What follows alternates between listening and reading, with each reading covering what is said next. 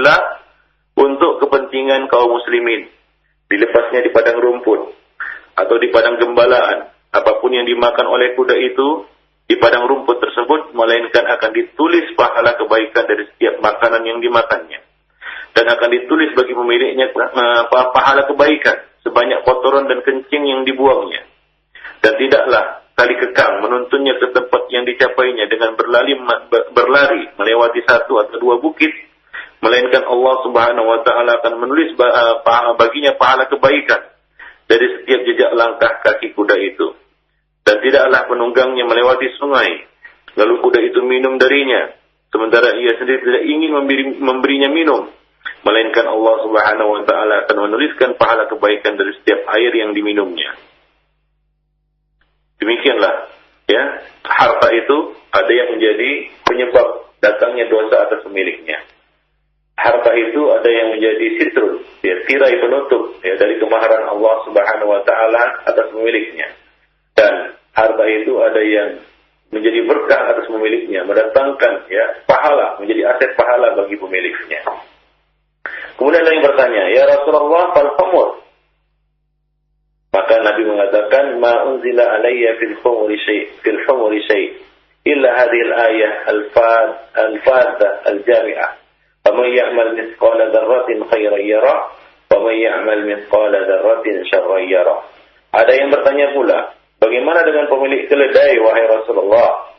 Maka Rasul menjawab, ya, belum diturunkan kepadaku keterangan tentang keledai kecuali ayat fadha, ya, ayat fadha yang luas maknanya, yaitu firman Allah Subhanahu wa taala, "Faman ya'mal mithqala dzarratin khairan yarah, wa man ya'mal mithqala dzarratin syarran yarah." Barang siapa yang mengerjakan kebaikan sebesar berat darah sekalipun, niscaya dia akan melihat balasannya, dan barang siapa mengerjakan kejahatan sebesar darah pun, niscaya dia akan melihat, ya, balasannya pula. Surat Al-Zalzalah ayat 7 sampai ayat 8. Nah, demikianlah di dalam hadis yang panjang ini Rasulullah Shallallahu Alaihi Wasallam menjelaskan bahwa harta zakat yang ditahan itu akan menjadi alat untuk menyiksa miliknya nanti pada hari kiamat jika tidak ditunaikan haknya, dan hak harta adalah zakat. Ya, demikian pula di sini Rasulullah Shallallahu Alaihi Wasallam menjelaskan tentang emas dan perak yang tidak dikeluarkan zakatnya. Ya, tidak dikeluarkan zakatnya. Ya, dan emas dan perak ini juga termasuk di dalamnya uang, karena uang sekarang ini fungsinya sama seperti emas dan perak dahulu. Ya, dalam satu hadis, ya, Rasulullah Shallallahu Alaihi Wasallam melihat sepasang gelang emas yang melingkar di tangan seorang wanita. Maka Nabi bertanya kepadanya, "Atu'tina zakata hadza?" Apakah engkau mengeluarkan zakatnya? Maka si wanita itu menjawab, "Tidak." Maka Rasulullah sallallahu alaihi wasallam mengatakan, "Ayasurruki ayusawwirukillahu bihima yaumal qiyamah siwaraini min nar?" Apakah engkau suka Allah Subhanahu wa taala mengalungkan bagimu dengan dua buah gelang dari api neraka? Ya, artinya apa? Kalau tidak dikeluarkan zakatnya, perhiasan itu akan menjadi sebab azab baginya pada hari kiamat. Alat untuk mengadab dirinya pada hari kiamat. Dia akan dikalungkan dengan dua buah gelang dari api neraka. Maka mendengar itu, wanita itu segera membuang kedua gelang tersebut seraya berkata, "Kedua gelang ini aku sedekahkan bagi Allah dan Rasulnya. Kedua gelang ini aku sedekahkan bagi Allah dan Rasulnya." Dalam sebuah riwayat yang sahih dari Ummu Salamah radhiyallahu anha diceritakan bahwa satu kali ia mengenakan gelang kaki dari emas. Lalu Rasulullah dan ia berkata, "Wahai Rasulullah, apakah gelang ini termasuk kan?" Maka Rasulullah sallallahu alaihi wasallam mengatakan, "Ma balagha ayyuzaki fazukkiya falaysa bikan." Barang apa saja yang telah sampai nisab lalu dikeluarkan zakatnya, maka tidak termasuk kan.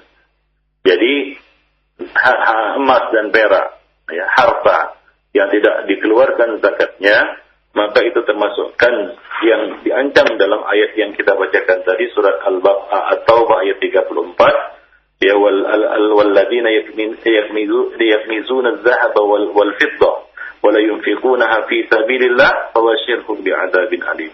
Orang-orang yang menyimpan harta kan berupa emas dan perak dan tidak menafkahkannya di jalan Allah, maka beritakanlah kepada mereka, beritahukanlah kepada mereka bahwa mereka akan mendapat siksa yang pedih. Demikian ikhwan fillah, azani Allah wa iyyakum jami'an. Dalam sebuah riwayat yang lainnya, Rasulullah sallallahu alaihi wasallam yang diriwayatkan dari Abu Hurairah radhiyallahu anhu, ini ancaman terhadap orang-orang yang tidak menunaikan kewajiban harta mereka.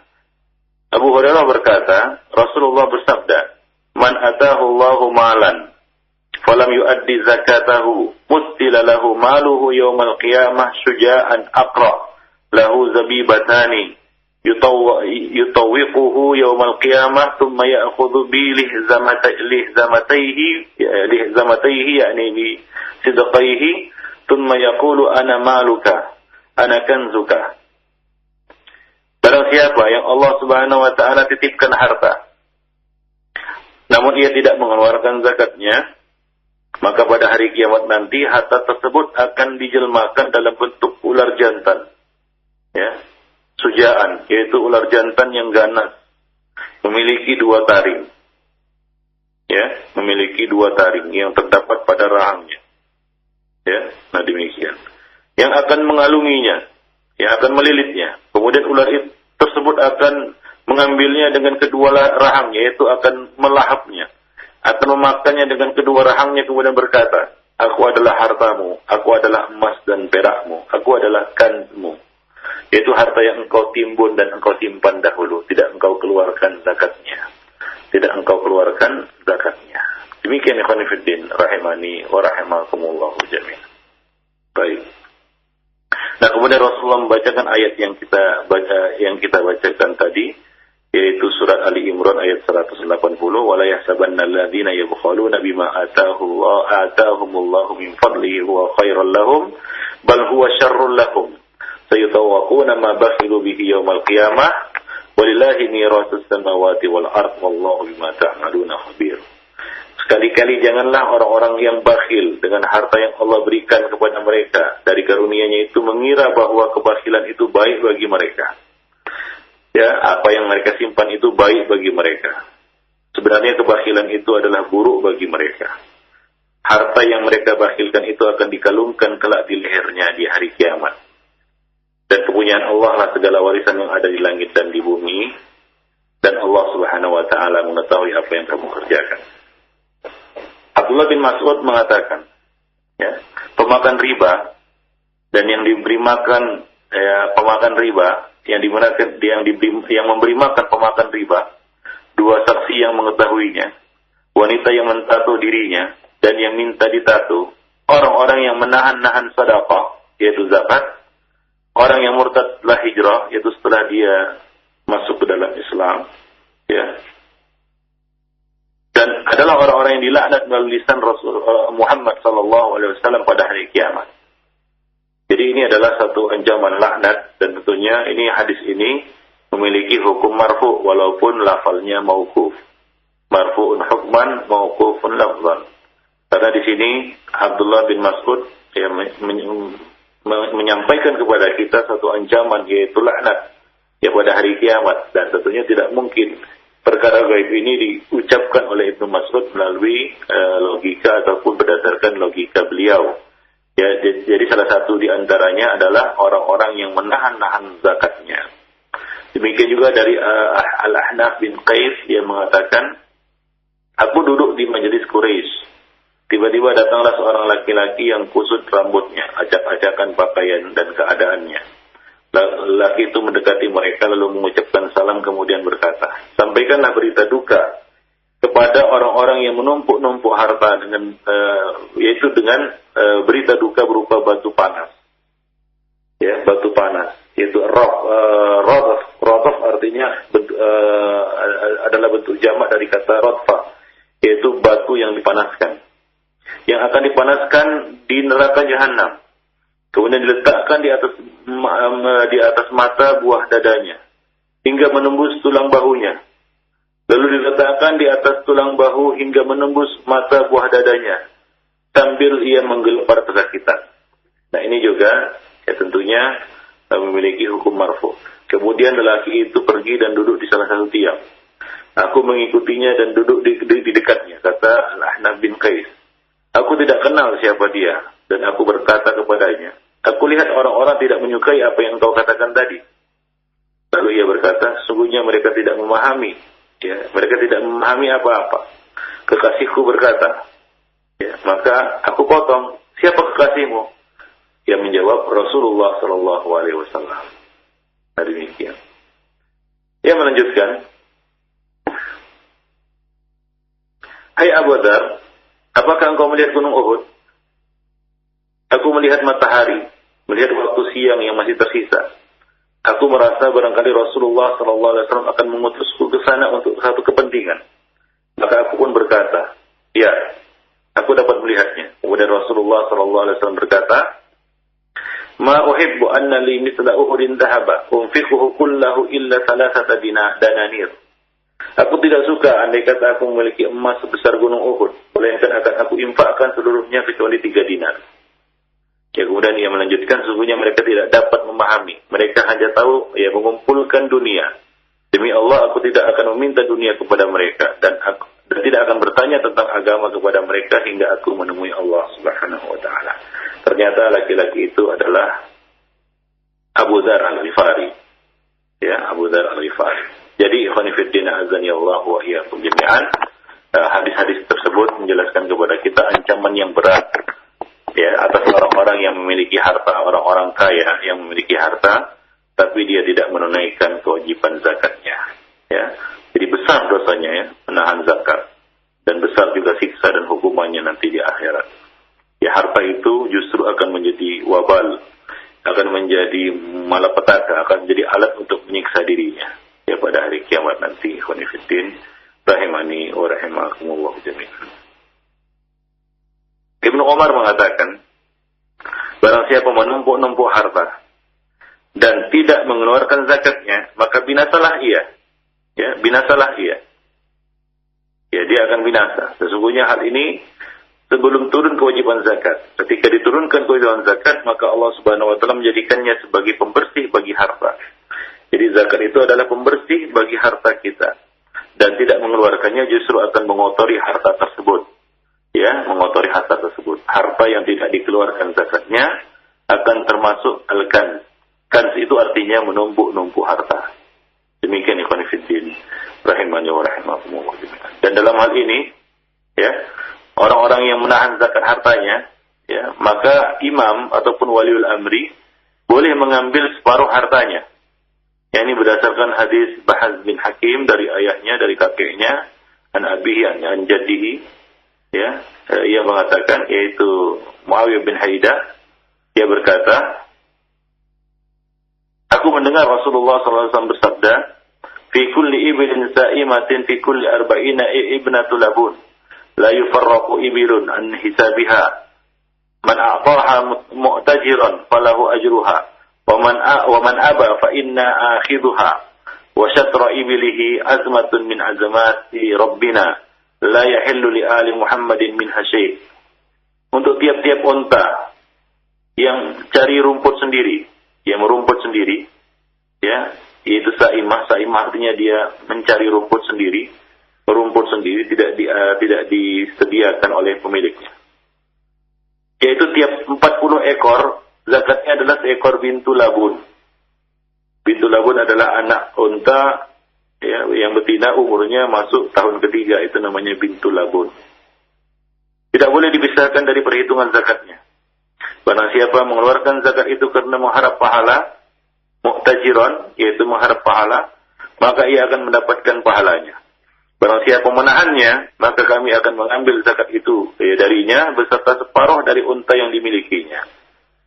Ya, sebagai salah satu perintah yang tegas dari Allah Subhanahu wa taala. Tidak halal zakat bagi keluarga Muhammad walaupun sedikit. Jadi di sini ikhwan fillah azani Allah wa iyyakum jami'an, orang-orang yang menahan harta zakatnya maka waliul amri boleh menariknya secara paksa. Waliul amri yaitu pemerintah, imam boleh mengambilnya secara paksa separuh dari hartanya sebagai hukuman atasnya. Yang seharusnya tidak separuh, tapi karena dia menahannya, ya maka ia kehilangan separuh dari hartanya. Itu kerugian duniawinya. Nah, demikian juga hukuman duniawi atas orang-orang yang menahan zakat dan mengingkari kewajiban zakat, ya, yaitu mereka boleh diperangi. Waliul amri boleh menghukum mati mereka dan memerangi mereka, sebagaimana yang dilakukan oleh Abu Bakar As-Siddiq terhadap ahlul riddah, yaitu orang-orang yang tidak mau mengeluarkan zakat mereka. Ya, Abu Bakar As-Siddiq memerangi mereka dan menghalalkan darah mereka karena mereka mengingkari kewajiban zakat tersebut. Demikian ikhwan fillah azani Allah wa jami'an, itulah hukum duniawi atas orang-orang yang menahan zakatnya, yaitu hartanya. Kalau dia tidak mengingkari kewajibannya, maka diambil separuh dari hartanya itu.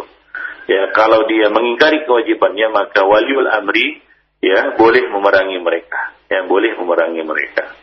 Baik, tentunya ini hukum duniawi ini ya dilakukan eksekusi hukumnya oleh pemerintah, ya, oleh waliul amri, ya, bukan oleh pihak-pihak lain. Nah, demikianlah ikhwan fillah azani Allah wa iyyakum jami'an berkaitan dengan kita katakan dosa, ya, orang-orang yang menahan zakat harta mereka.